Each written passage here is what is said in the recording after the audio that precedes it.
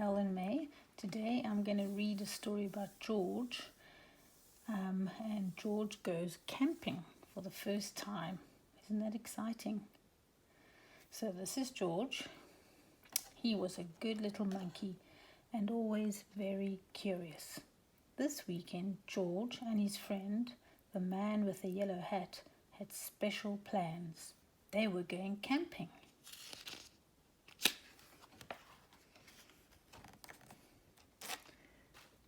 At the campsite, the man with the yellow hat had unpacked their gear, while George looked at all the other tents.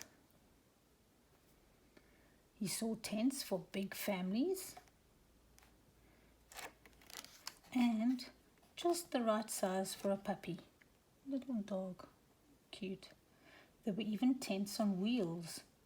"Would you like to help me put up our tent, George?" the man asked. "Where's the tent on wheels?" "Oh, there." All the tents.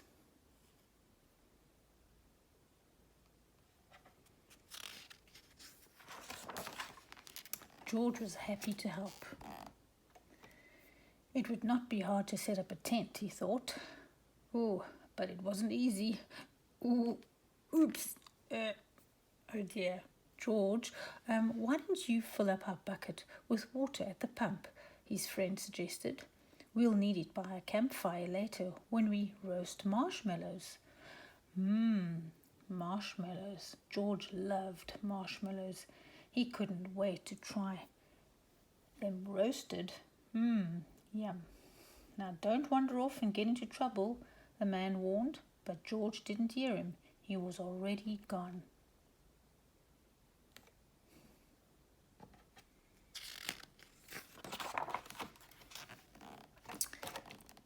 At the pump, George worked the handle up and down. Soon his bucket was full. On the way back down the trail, he saw a family packing up. George watched a girl pour her bucket of water on a campfire. The fire sizzled out. George thought that looked like fun. He poured his bucket of water on the next campfire. "Hey," yelled a camper, we're not finished with that yet." The camper began to chase George, but George didn't mean to cause trouble. Now he only wanted to hide. He ran into the forest as fast as he could, but the camper's footsteps followed close behind.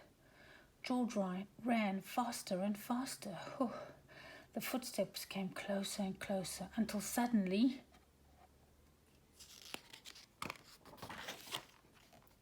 they were passing George. Why, it was not the camper chasing George now. It was a deer. What fun to run with a deer. Forgetting all about the camper and the marshmallows, George ran after the deer. But a little monkey cannot run as fast as a deer in the woods. Before long, George was lost and all alone. He felt tired and stopped to rest. At first he was worried. He was very far from camp. But there were lots of... Let's have a look and see.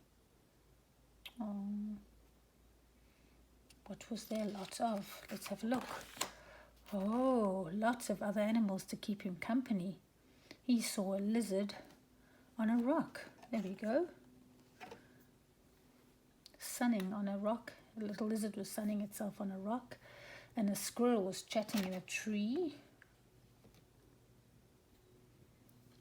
Then he saw a tail of a black and white kitty peeking out from under a bush. Okay, let's have a look. First of all, look at all the animals. Oh, there's a little mouse sitting on his bucket. There's some little bunnies. Fish jumping out of the water. Look at the bears. That must be Daddy Papa Bear. Oh, and that must be a little owl or May Bear. Cute. Oh, and the birds. And look at the reindeers. Lots of animals in the forest. But George had seen this tail sticking out from under a bush, and he thought, oh, that must be a nice kitty. So he was curious, and so would the kitty like to play, he wondered. So George gently pulled the kitty out by its tail. Oh. But it was not a kitty. Oh, it was a skunk, and it was scared. The skunk lifted its tail and sprayed. Psst!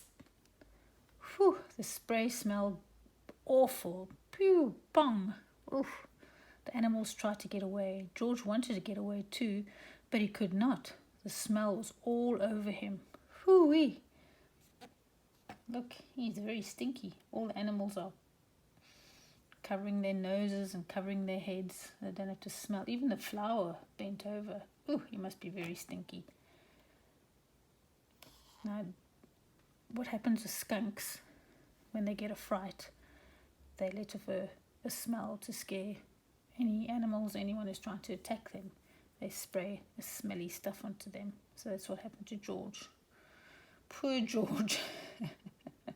Skunk's going away, and so are all the animals. And George, ooh, he's smelly.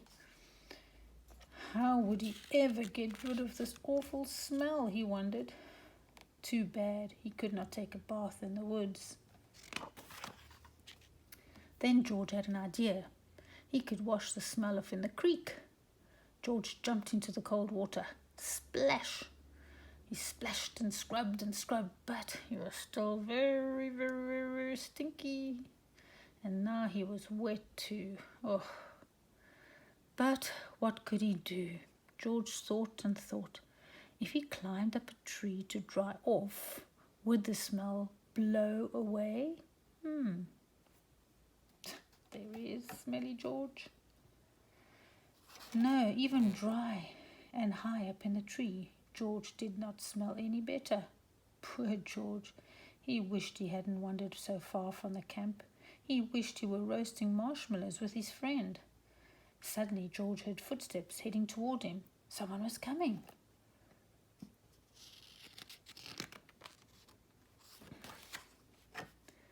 It was the forest animals, but they ran right by him. They had seen something scary, and George saw it too. It was a fire. George had gotten into trouble for putting out one fire, but this fire wasn't in the campsite. This was an emergency. George quickly climbed down the tree and grabbed his bucket. He scooped it full of water in the creek. Then, being careful not to spill, he climbed back up and swung from branch to branch through the trees, just like monkeys do.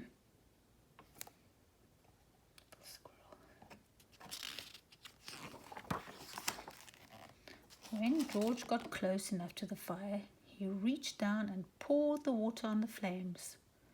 Out went the fire with a big hiss.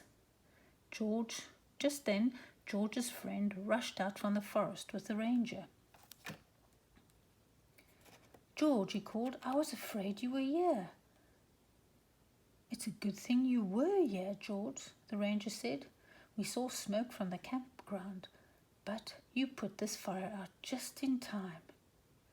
George was glad to help, and the man with the yellow hat was glad to see that George was safe, but he had a funny look on his face. George, he asked, what is that stinky smell? Ew! Holding their noses. Pooh-wee! Oh dear. Back at the campsite, George's friend helped him get rid of the awful smell. After a very strange bath in, not water, but in tomato juice. Oh! George smelled fine. So that's what you need to do if you get some skunky, smelly spray on you. You've got to bath in tomato juice. Look at all the tomato juice cans. That's funny. So there you go. George wasn't stinky anymore after that. Then the man with the yellow hat invited the ranger to cook dinner with them over their own small campfire. Fires can be nice if you're careful, said the ranger. Little bunnies, all the little animals. And a big bag of marshmallows. And look at that. Yummy. George agreed. Fires are good if you're careful, especially for roasting marshmallows. That's a good idea to have a stick with 3, that you can have 3 marshmallows on. Yummy, yummo. Bye, George. Bye, Al and May. See you soon. Bye.